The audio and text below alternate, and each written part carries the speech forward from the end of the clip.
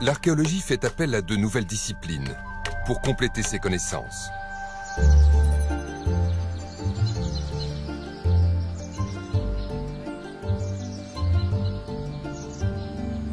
Isabelle Jouffroy est palynologue. Elle recense et analyse les pollens piégés au fil des siècles dans les couches géologiques. Sur le terrain, tout commence par un carottage dans un milieu très spécifique, celui d'une tourbière. Ouais, encore un petit peu. Ouais, c'est bon.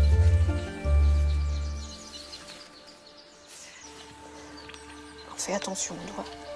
Et voilà, belle carotte de tourbière. Isabelle Jouffroy multiplie ce genre de prélèvement à l'échelle du territoire. Son but, dresser une cartographie précise de l'environnement végétal à travers les siècles. En fait, il faut imaginer que chaque couche ici de tourbes accumulées est un peu un livre d'histoire de la végétation dans le temps, où en fait chaque échantillon ici que je vais prélever est une page de cette histoire. Et c'est le métier du palynologue en fait de savoir décrypter à l'aide des grains de pollen prélevés et conservés dans ces sédiments, de reconstituer l'histoire de la végétation. Aujourd'hui, la palynologue analyse un échantillon de tourbe qui correspond à une période pendant laquelle le paysage gaulois devient essentiellement agricole. Dans cette lame ici, qui est datée du IIe siècle avant notre ère, on a des grains de pollen qui évoquent la forêt environnante, qui est toujours là, hein, comme ici, ce pollen de chêne, ou ce que l'on va avoir aussi très caractéristique, le grain de pollen de hêtre, tout rond.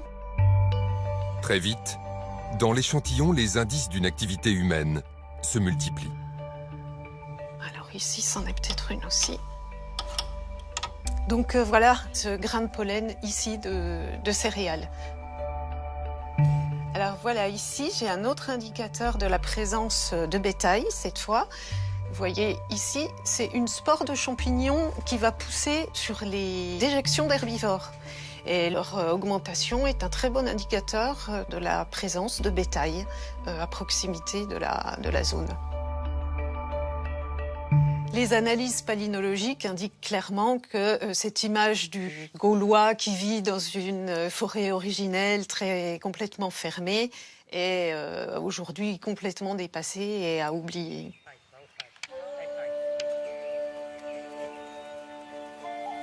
Le travail des palynologues confirme les observations effectuées par l'archéologie aérienne. Plusieurs siècles avant notre ère, les hommes ont gagné de vastes espaces sur le milieu naturel pour se transformer progressivement en cultivateurs et en éleveurs. Dès lors, une nouvelle question se pose. Quelles espèces végétales cultivaient les Gaulois ? On pourrait dire qu'au 5e siècle, on a beaucoup de millets, de légumineuses, de l'orge qui peut être cultivée. Et puis à partir du 4e et du 3e, on commence vraiment à avoir une évolution. On a des fermes gauloises qui sont de plus en plus visibles. Et du coup, l'agriculture s'en retrouve impactée. On va se spécialiser, c'est-à-dire que de plus en plus, on passe d'une agriculture où il y avait plusieurs espèces à des champs monospécifiques. On n'a plus qu'une seule espèce. Notre connaissance sur l'évolution des paysages de la Gaule progresse. Juste avant notre ère, ils sont assez similaires à ceux d'aujourd'hui. Les campagnes gauloises offrent une mosaïque de vastes champs et de pâtures, régulièrement ponctuées d'exploitations agricoles de différentes tailles.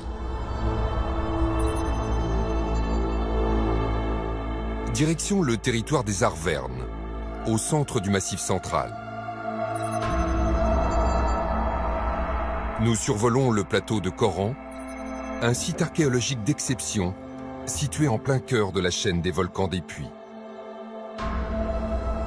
Ici, le taux d'acidité réduit des terres volcaniques garantit une conservation exceptionnelle à certains déchets. L'équipe de l'archéologue Mathieu Pou fouille également dans les poubelles de l'histoire. Cette poubelle a déjà livré un grand nombre d'ossements animaux Et l'analyse, l'étude de ces ossements animaux, qui va être réalisée par un spécialiste, un archéozoologue, est tout à fait intéressante puisque on a affaire à des animaux qui sont tout à fait différents, des parties animales différentes. Il s'agit bien de déchets de boucherie. On a parfois des traces de couteaux qui montrent que les os ont été sectionnés avec un grand couteau en fer. Et puis on a toutes sortes d'espèces, du bœuf ici, une canine de porc probablement, une petite corne de chèvre. Donc on a affaire à quelque chose de tout à fait classique, ce qu'on appelle la triade domestique. Les principaux animaux consommés, c'est le bœuf, la vache, le porc.